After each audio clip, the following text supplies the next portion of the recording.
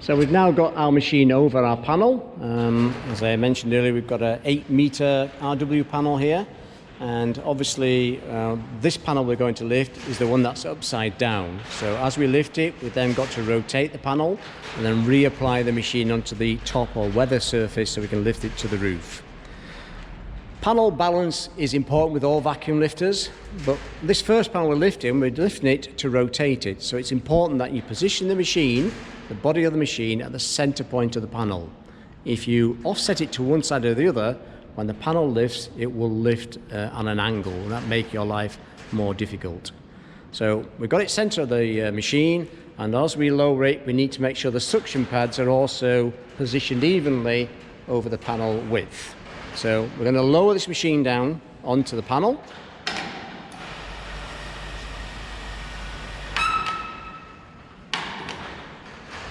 Okay.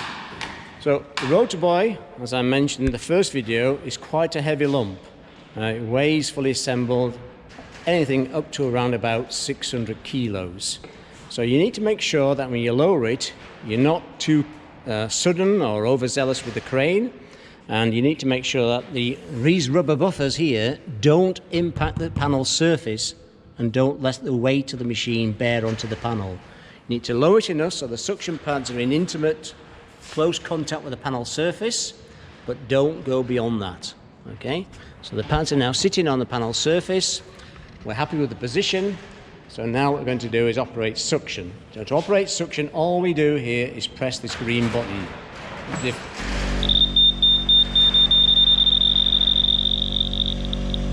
Okay, so we're going to do that again. We're going to run through that because you probably heard and you may not have seen that, but as soon as Neil pressed the green button, the machine, briefly, you hear the audible warning and you saw the red light, but very quickly the red light went out and the green light came on as it achieved suction. So we're going to go back here, and to release suction, well, Neil's done it for me, but I'll come back to that. So I'll ask Neil to press the green button in a minute and I'll show you the vacuum gauge here. Press it now, Neil. So as soon as Neil pressed the button, vacuum was achieved down at the suction pads. The vacuum gauge, the needle rose quickly through the red zone.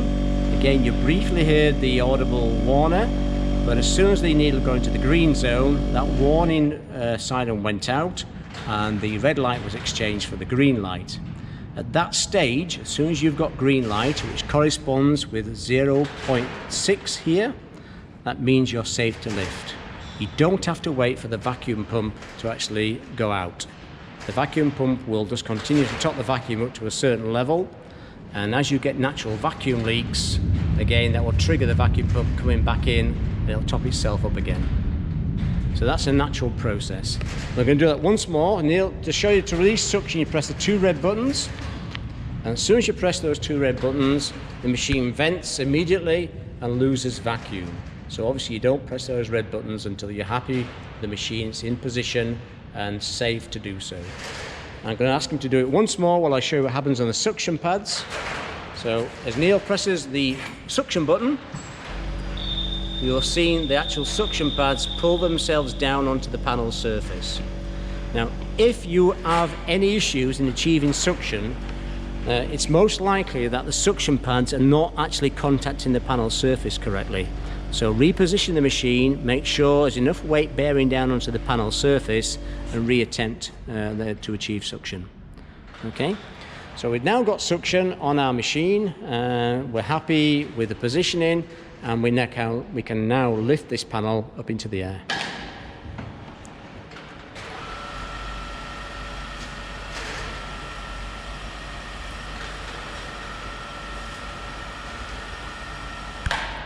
Okay, so now what we need to do, we need to rotate this panel. So again, we're going to press the rotation button there, and you'll see the panel rotating.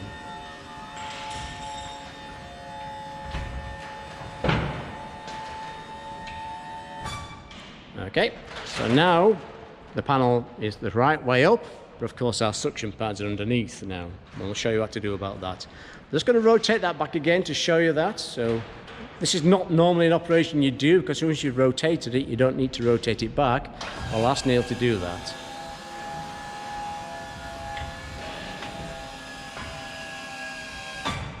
Okay, so we're going to rotate it again, and just want to point out that you may hear some clanking and creaking when it rotates. That's because the panel's flexing as it changes orientation. So if you could do that again, please, Neil.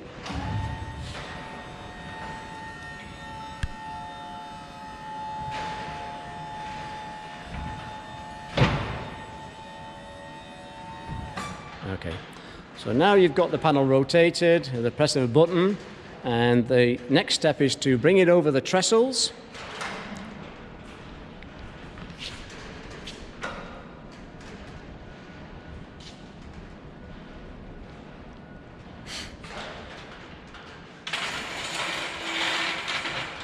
Now, with every Rota Boy kit, now you hear the vacuum pump kicking in there. Okay, that's just to compensate for natural vacuum losses. So don't be alarmed by that. That's going to happen at any stage throughout the day. With every Rota Boy that comes to site, you'll have 4 trestles. We're just going to use 2 because of our reduced panel length.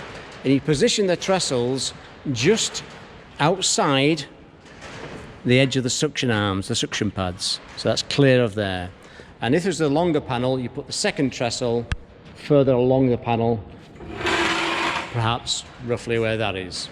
Okay? But we need just 1 trestle. So the idea is that we lower this down so that the panel bears on the trestle, but there's a critical point coming up shortly. That's when you get very close to the trestles, and that will be dictated by how confident you are and the wind speeds and things like this. But before you actually touch the trestles, what we recommend is that you then release suction. Okay? So what's happened there is that the suction pads will have come detached. You can't see that now because they're still compressed by the weight of the panel, but the machine's not under suction now. So that allows, as you lower it down further, it allows the machine just to drop away from underneath the panel. So we'll continue lowering. And there you go. The machine's detached from the panel. Now we do that for a very important reason. It's because the weight of the machine, if you leave the machine under suction and you lower it onto the trestles, the weight of the machine can actually deform the panel. So release suction when it's a few inches above the trestle, and the machine will just naturally fall away from the panel. Obviously at that stage you can then maneuver the machine out, lift it slightly, and rotate the pads, ready to apply the machine onto the top surface of the panel. So I'm going to stop this video now, and we're going to restart when we're over the top of the panel, ready to lift as we were to the roof.